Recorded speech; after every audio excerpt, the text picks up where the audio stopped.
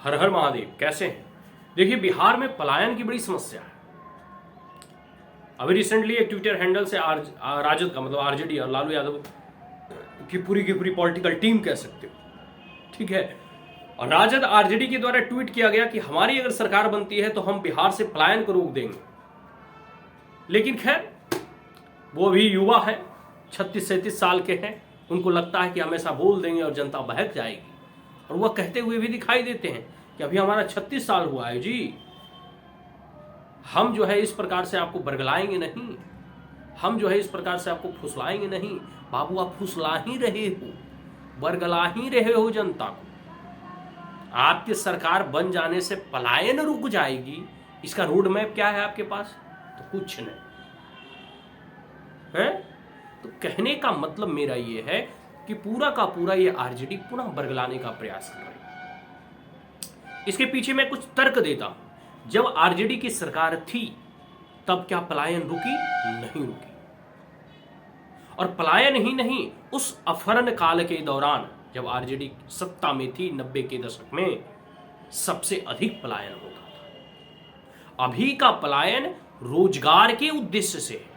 मैं ये नहीं कहता कि अभी पलायन नहीं हो रहे। माइग्रेशन जो है एक एट लार्ज कह सकते हो कि पूरे एक वर्ल्ड के एक ऐसा फेनोमेनन है जो हर एक सदी में, हर एक काल में, हर एक युग में था, है और रहेगा। लेकिन इसके पीछे मोटिव क्या है? अभी जो पलायन होते हैं, अच्छे एजुकेशन के पर्पज से लोग बाहर जाते हैं, अच्छी हेल्थ के पर्पज के लिए, अच्छी जॉब वैकेंसी, अच्छी life style, standard of life को इंप्रूव करने के लिए लोग जो है चाहे गांव से शहर की ओर पलायन कर रहे हैं, या फिर एक शहर से दूसरे शहर की ओर, या फिर एक स्टेट से दूसरे स्टेट, या एक देश से दूसरे देश।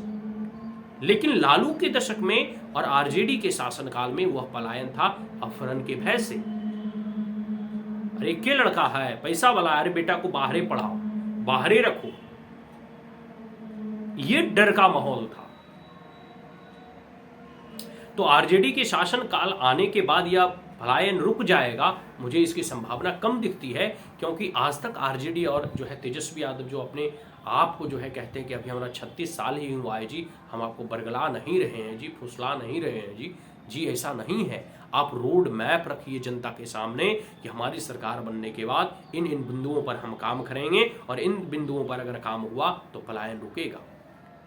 भाई, पलायन बिहार आप देखो ना, जाओ महाबोधि एक्सप्रेस से अगर जो दिल्ली वगैरह जाते हैं, महाबोधि है, पूरी एक्सप्रेस है, आपका ये कह सकते हो श्रमजीवी एक्सप्रेस है, देखो भीड़, माथा के माथा ऊपर जो है मूड़ी जो है पटका के लोग जा रहे हैं। मतलब जैसे एक समय होता था ना कि भेड़ बकरियों को जो है एक बोगी में लाद करके जो है एक देश से दूसरे देश ले जाया जाता था, या एक जगह से दूसरी जगह, ठीक उसी प्रकार बिहार के लोगों को जो है भेड़ बकरियों की तरह महाबोधि एक्सप्रेस और श्रमजीवी एक्सप्रेस में जाने पर वो मजबूर हैं, विवश हैं और जाते हैं। नौकरी की तलाश में जाते हैं, रोजगार की तलाश में जाते हैं, बेटर एजुकेशन और बेटर लाइफ स्टाइल की तलाश में जाते हैं, बेटर हेल्थ के लिए पलायन करते हैं। तो इन सब चीजों के ऊपर आपका रोड मैप होना चाहिए। ऐसे कह देने से ही पर्याप्त नहीं होगा।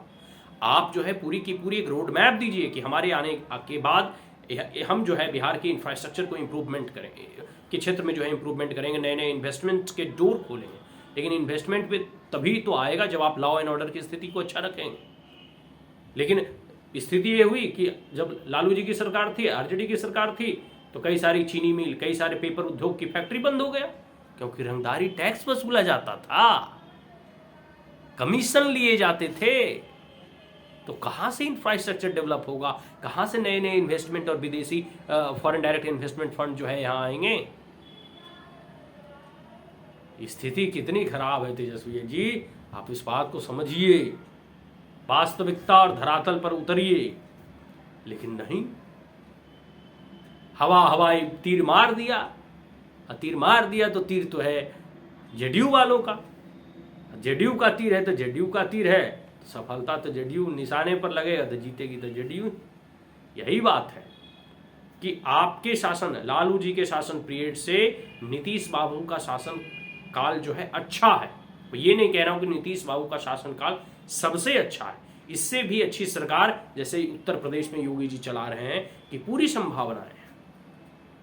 सरकार और कानून व्यवस्था को कैसे हैंडल किया जाता है, इन्वेस्टमेंट को कैसे अट्रैक्ट किया जाता है, लॉ एंड ऑर्डर को कैसे सुधारा जाता है, यह Yogi model is the best model.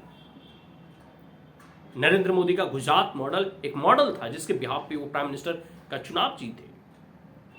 तो मैं ये नहीं कहता हूं कि नीतीश कुमार का शासन व्यवस्था या कार्यकाल सबसे अच्छा है, लेकिन लालू यादव के शासनकाल से अच्छा है। हमें और अच्छे की उम्मीद है ताकि बिहार का डेवलपमेंट हो सके, बिहार से पलायन रुक सके। लोगों को बस यहाँ पहले लॉ एंड ऑर्डर की स्थिति को सुधार दिया जाए ना, तो कई लोग स्वतः अपना रोजगार धंधा जो है यहाँ स्टैब्लिश करेंगे, खोलेंगे। पहला। दूसरा है फॉरेन डायरेक्ट इन्वेस्टमेंट के लिए समिट ऑर्गेनाइज किए जाए, लोगों को यहाँ अट्रैक्ट किया जाए। जो कह सकते हो कि एक प्रकार से रूल्स एंड रेगुलेशंस हैं उसको बिजनेस फ्रेंडली बनाया जाए। इसके साथ साथ आप कह सकते हैं कि बहुत सारी ऐसी चीजें हैं जो आप कर सकते हैं। जो लैंड रिफॉर्म्स हैं उस पर बल दिया जाए ताकि लैंड लोग इजीली परचेज कर सकें, एक्वायर कर सकें। इलेक्ट्रिसिटी की उपलब्धता अच्छी किया जाए, पावर्स वगैरह जो है 24/7 रहे। चीप लेबर तो है ही, इतना बड़ा मार्केट भी है, तो बिहार में वो इन्वायरमेंट क्रिएट किया जा सकता है। हाँ, नीतीश बाबू भी बहुत बहाना बनाते हैं कि हमारा राज्य समुद्र से सटा हुआ नहीं है जी। अरे समुद्र से सटे हुए रहने से कुछ नहीं होता। हरियाणा देख लो, हरियाणा कौन समुद्र से सटा हुआ है? वो एनसीआर से सटा हुआ है बस। तो जितनी पॉपुलेशन वहां है उतना पॉपुलेशन बिहार में भी है, बशर्ते है वो बिजनेस फ्रेंडली कंड्यूसिव इन्वायरमेंट को क्रिएट करना जिससे कि इन्वेस्टर्स अट्रैक्ट हो। तो यह जरूरत है, चाहे आरजेडी की सरकार बने या वर्तमान में जदयू की सरकार और एनडीए की सरकार है, इन सब चीजों पर जो है फोकस करने की जरूरत है।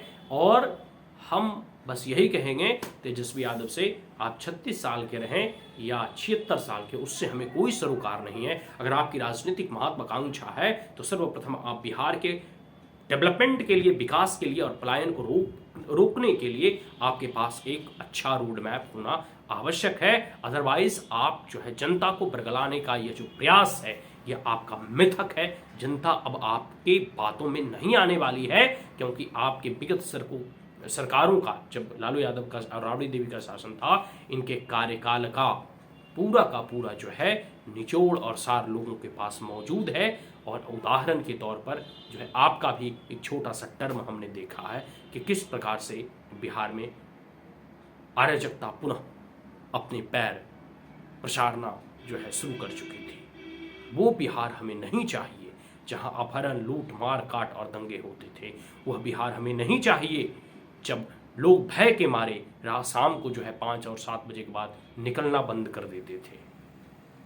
हमें एक नए बिहार की आकांक्षा है, उसकी परिकल्पना है, जो वही संजो सकता है जो सही मायनों में बिहार के बारे में चिंतन करता हो, मनन करता हो, और जिनके उद्देश्य में वो पूरा का पूरा रोड मैप हो, एक क्लियर कट एजेंडा हो जो इस स्टेट के डेवलपमेंट की ओर जो है ध्यान देता हो। आज के लिए इतना ही। हर हर महादेव।